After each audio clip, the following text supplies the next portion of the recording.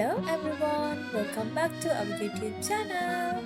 ඉතින් මේ vlog එකෙන් අපි ඔයගොල්ලන්ව එක්කන් යන්නේ පැරිස් වලට. November month එකේ තමයි අපි මේ trip එක ගියේ. මේ trip එක 4 days trip එකක්.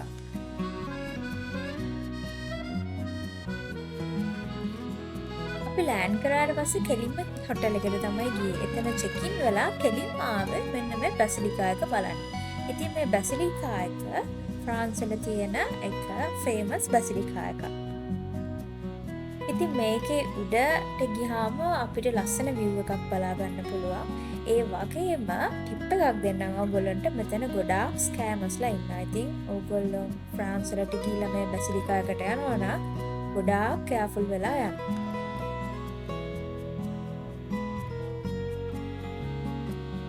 මේ බැසිලිකා එක ඇතුළට යන්න entrance fee එකක් නැහැ. ඉතින් අපිට free ගිහිල්ලා මේ බැසිලිකා එක ඇතුළට explore කරන්න පුළුවන්. ඊට පස්සේ අපි පොඩක් street එකේ ඇවිදලා ආයෙත් ගියා තවත් තැනක් බලන්න. Welcome to Eiffel Tower. ඉතින් මේ ප්ලේස් එක අපේ බකට් ලිස්ට් එකේ තිබුණ එක ප්ලේස් එකක්. කොහොම හරි අපි 2025 දී මේ ප්ලේස් එක බලන්න ගියා. ඉතින් එතනම තියෙන සේන් රිවර් එකෙන් අපි cruise tour එකක් book කරලා තිබුණා. ඉතින් මේක pre book කරලා තමයි අපි ආවේ. අපිට යුරෝ 20ක් වගේ තමයි ගියේ cost එක.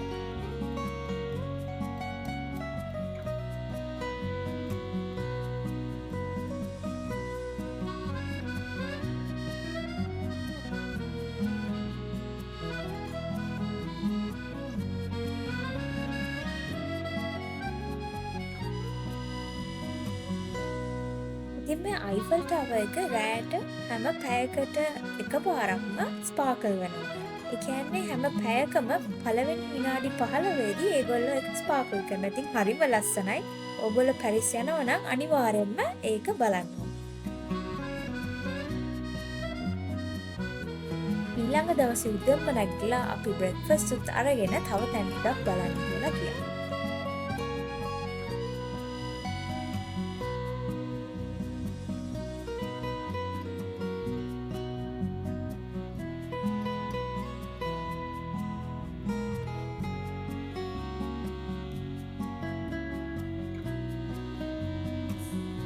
අපි day 2 එක පටන් ගත්තේ Notre Dame Cathedral එක බලන්න ගිහිල්ලා. ඉතින් ඒ කැතීඩ්‍රල් එක හරිම ලස්සන කැතීඩ්‍රල් එකක්. හැබැයි අපිට ඇතුළට නම් යන්න හම්බුනේ නැහැ. මට මතක විදියට 2019 දී මේ Notre Dame Cathedral එක ගිනි ගත්තා. ඉතින් දැන් මේ වෙනකොට ඒගොල්ලෝ ඒක constructions අන්තිම හරිය වගේ තමයි යන්නේ. ඊට පස්සේ අපි ආවා තව ලස්සන garden එකක් බලන්න. ඉතින් මේකේ නම තමයි Luxembourg Garden.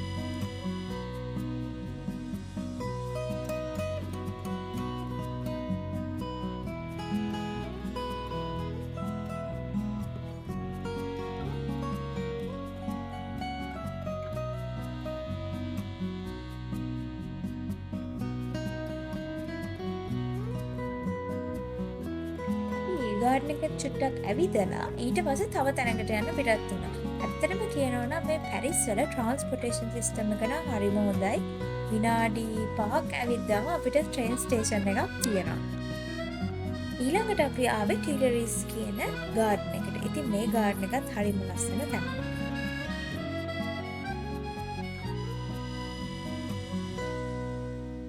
ඉතින් මේ පාර්ක් එක මැදින් ඇවිදගෙන ගියාම අපිට හම්බ වෙන්නේ ලූවර් මියුසියම් එක.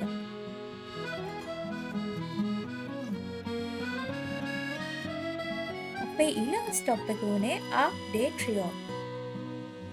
ඉතින් මේ ප්ලේස් එකත් පැරිස් වල තියෙන ලොකු ටුරිස්ට් ඇට්‍රැක්ෂන් එකක්. ඒකත් බලලා අපි ඊළඟට ඇවිදගෙන ගියා Eiffel Tower එක බලන්න. මොකද කලින් දවසේ අපි රෑ තමයි Eiffel Tower එක දැක්කේ. ඉතින් අපිට ඕන වුණා ඩේ ටයිම් එකේ Eiffel Tower එක මොන වගේද කියලා බලාගන්න.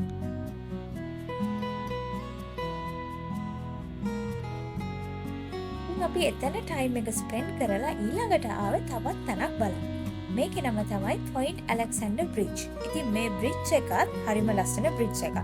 ඔයගොල්ලෝ එමලින් පැරිස් TV series එක බලලා තියෙනවා නම් ඔයගොල්ලෝ අනිවාර්යෙන් මේ bridge එක ගැන දන්නවා. ඉතින් මෙතනටත් අයිෆල් ටවර් එක ලස්සනට පෙවුණා.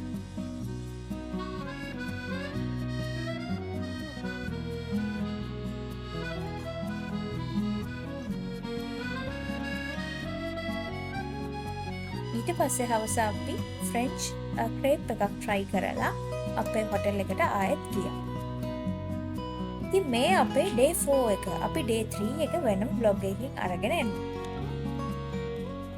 ඉතින් අපේ day 4 එකේ අපි මුලින්ම ආවේ Galeries Lafayette කියන shopping mall එක බලන්න. ඉතින් මේ shopping mall එක හරිම ලස්සනයි.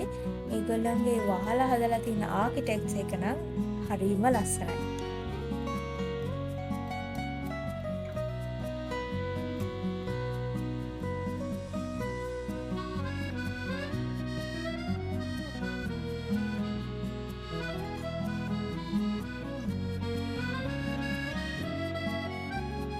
ඉතින් එතන උඩම තට්ටුවට ගියාම අපිට රූෆ්ටොප් එකකට යන්න පුළුවන්. ඒ රූෆ්ටොප් එකට ගියාම අපිට පැරිස් සිටි එක හොඳට බලා ගන්න පුළුවන්. ඉතින් එතනට අයිෆල් ටවර් එකත් ලස්සනට පේනවා.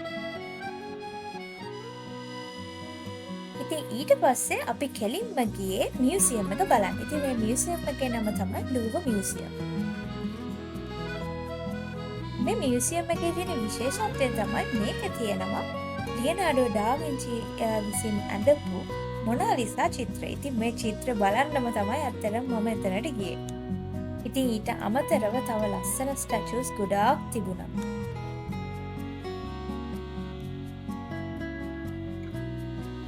මේ මොනාලිසා පේන්ටිං එකට අමතරව තව පේන්ටින්ග්ස් ගොඩාක් ඒ මියුසියම් එකේ තිබුණා. ඉතින් ඇත්තටම මම රෙකමන්ඩ් කරනවා මේ මියුසියම් එකට යනවා නම් ෆුල් දවසක් බුක් කරලා යන්න කියලා. ඒ තරමට මේ මියුසියම් එක ඇතුලේ බලන්න දේවල් තියෙනවා.